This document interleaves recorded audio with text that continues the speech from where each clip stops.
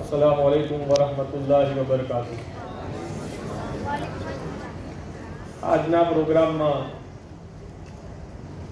ઉપસ્થિત રહેલા સ્ટેજ પર જેનાથી સ્ટેજ સુશોભિત છે એવા તમામ આમંત્રિત મહેમાનો અને શહેર સમાજ અને આપણા દરેક માટે ગર્વ સમાન એવા દરેકે દરેક મહાનુભાવો, સાથે સાથે પોતાના બાળકની હિંમત, હોસલા અને પોતાના બાળક જોડે એક તાકાત બનીને આવેલા બાળકો સાથે આવેલા તમામ વાલીઓ એટલે કે બાળકોના માતા પિતા, શહેર સમાજના અગ્રણીઓ, વાલા બાળકો અને આજના પ્રોગ્રામનું આ સુંદર આયોજન કરનાર આણંદ મેમણ જમાત, આપ દરેકને હું દિલથી શુક્રગુજાર છું અને દિલથી આવકારું છું. બહુ ખુશીની વાત છે કે સમાજની અંદર એક આ શરૂઆત થઈ છે જે પાછલા વર્ષોની અંદર ન હતી અને હાલ ખૂબ જ સારી રીતે આપણે જોઈ રહ્યા છે કે જે બાળકો સારો રેન્ક હાસિલ કરે છે, પોતાના મહેનતથી સારું પરિણામ હાસિલ કરે છે, એઓને સમાજ દ્વારા, શહેર દ્વારા, સમાજના શિક્ષિત લોકો દ્વારા સન્માનિત કરવામાં આવે છે. આ સન્માન એ સમાજનું સન્માન છે. આ સમાજની સાથે સાથે આ સન્માન એ તમામ માતા પિતાઓનું સન્માન છે કે જેમણે પોતાના બાળક પાછળ પોતાનો સમય આપ્યો છે અને એમના સમય અને એમના ટેકાથી આ બાળકે ખ્યાતનામી હાસિલ કરી છે. તો સમાજના દ્વારા જ્યારે આવા બાળકોનું સન્માન કરવામાં આવે છે તો આ સમાજની સાથે સાથે આપણા દરેક માટે એક ગર્વની બાબત છે. આજે શિક્ષણને અનુલક્ષીને જ્યારે પ્રોગ્રામ થઈ રહ્યો છે અને શિક્ષણની અંદર ઊંચી ખ્યાતિ મેળવી ટોપર બનનાર તમામ બાળકોનું આજે સમાજ દ્વારા સન્માન જ્યારે કરવામાં આવી રહ્યું છે ત્યારે હું એટલું જરૂર કહીશ કે જેવી રીતે બહેનશ્રીએ કહ્યું કે સન્માનિત તો દરેક બાળક છે, પણ આજે અમુક બાળક એવા છે કે જેઓ સન્માનના લાયક છે, જેઓ ઊંચો રેન્ક હાસિલ કર્યો છે અને જેમને આજે સ્ટેજ પર સન્માનિત કરવામાં આવ્યા છે.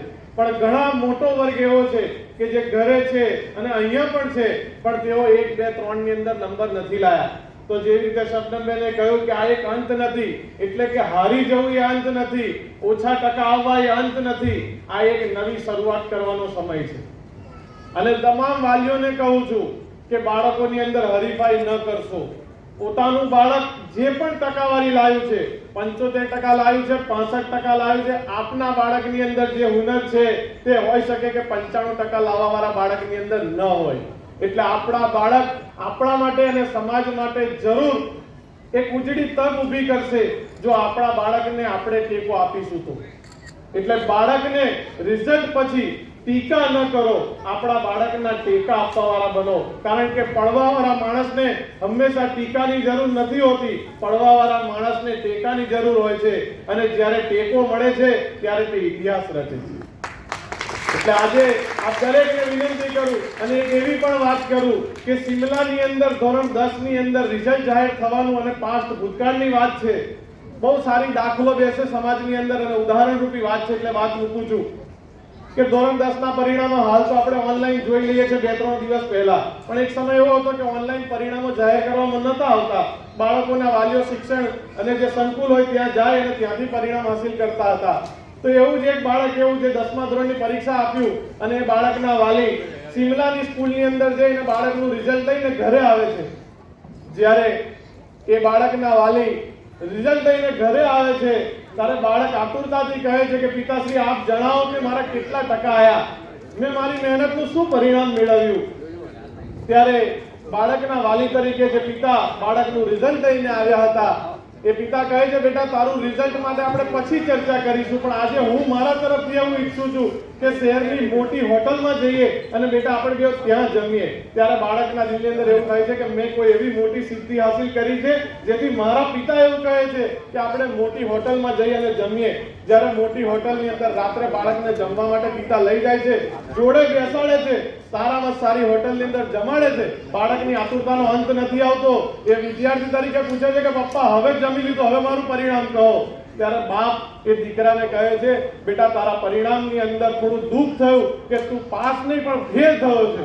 ત્યારે બાળક એવું કહે છે પપ્પા હું ફેલ થયો ને તમે મને આ જગ્યા પર લાવીને મૂક્યો છે. ત્યારે બાપ કહે છે, બેટા હાર એ અંત નથી, હાર એક નવી શરૂઆત કરવાનો સમય છે. આ તું હાર્યો નથી, આ તારા માટે સમય છે. હવે તું નક્કી કર, તું નક્કી કરીશ એ પરિણામ તું હાસિલ કરીશ. અને આ એવો વ્યક્તિ છે જેને ફિલ્મ ઇન્ડસ્ટ્રીની અંદર આપણે બધા અનુપમ ખેર તરીકે ઓળખીએ છીએ. એટલે ઘણી વખત આપણે એવું જોતા હોઈએ છીએ કે આપણા બાળકમાં આ ઉણપ છે, આ ઉણપ છે, પણ આપણે એવું નથી જોતા કે આપણા બાળકની અંદર ખૂબી શું છે. આજે એક લાઈટ છે ને જેની તાકાત છે અજવાળું આપવાની, તો એનાથી અજવાળાની જ અપેક્ષા કરો. અને આ પંખો છે જે ઠંડો પવન આપશે, એસી છે ઠંડી હવા આપશે. તો લાઇટના કામથી અજવાળાની અપેક્ષા રાખો અને એસી થી ઠંડકની અપેક્ષા રાખો. જ્યારે એસી થી ઠંડકની અપેક્ષા હશે ને તો એ હંમેશા કામયાબ થશે, પણ જો એસી થી અજવાળાની અપેક્ષા રાખીશું તો હંમેશા નાસીપાસ થઈશું. એટલે અંતમાં એક વાત કરી અને હું મારી વાતને વિરામ આપું કે આપણા બાળકની જોડે જે ટેલેન્ટ છે એવી આપણા બાળકથી અપેક્ષા રાખીશું તો આપણે ક્યારેય નાસીપાસ નહીં થઈએ. એટલે આપણા બાળક જોડે શું હુનર છે, શું આવડત છે, એ આપણે આપણા બાળક જોડે સમય વિતાવી અને એને સમજવાની કોશિશ કરજો. જો આપણે સમજીશું તો આપણું બાળક જરૂર ઊંચાઈના શિખર પર જશે. આ વાત મેં વાલીઓને અનુસંધાને કરી, સાથે સાથે બાળકો પણ છે જે આજે સિદ્ધિ લેવા જઈ રહ્યા છે. તો બાળકોને કહું છું કે અંથક મહેનત કરજો. અત્યારે બહુ સારી વાત જે રીતે પડિયાર સાહેબે કહ્યું કે રેન્કર્સની અંદર મુસ્લિમ દીકરાઓને દીકરીઓ આવી ગયા છે. આપણા સમાજ માટે ખૂબ ગર્વની વાત છે. અને જ્યારે પડિયાર સાહેબ પોતાના કેમ્પસના દરવાજા ખોલીને બેઠા છે કે આવો અમે મદદરૂપ બનીશું, તો આવા કેમ્પસ અને આવા શિક્ષકશ્રીઓનો આપણે ફાયદો ઉઠાઈશું તો આપણે જરૂર આગળ વધીશું. પણ બે વાત ધ્યાને લેવાની જરૂર છે. એક તો અંથક મહેનત કરવાની છે અને એક સંગ આપણે સારો રાખવાનો છે. આપણો સંગ, આપણો મિત્ર એ શિક્ષિત હોય, સારા ઘરનો દીકરો હોય, સારા ઘરની દીકરી હોય તો આપણે હંમેશા એકબીજાના ટેકાથી આગળ વધીશું. કારણ કે આઈન્સ્ટાઈન પોતાના જીવનની બુકની અંદર લખે છે કે મારો એક હંમેશાનો ડ્રાઈવર કે જે મારી ગાડીનું ડ્રાઇવિંગ કરતો હતો, એક દિવસ મને કહે છે કે સાહેબ આપને એટલા સાંભળ્યા મેં કે કદાચ તમે ન હો તો તમારી ગેરહાજરીની અંદર હું તમામ વાત તમારા જેવી જ લોકોની સમક્ષ મૂકી શકું છું. તો એક સફર અર્થે જઈ રહ્યા છે. તો ડ્રાઈવરને આઈન્સ્ટાઈન પોતે કહે છે, જે ભૌતિક શાસ્ત્રી છે, એ પોતે કહે છે કે ચલો આજે આપણે પારખી લઈએ કે મારી ગેરહાજરીની અંદર તું મારા જેવું જ બોલી શકે છે, મારા જેવું જ સમજાઈ શકે છે.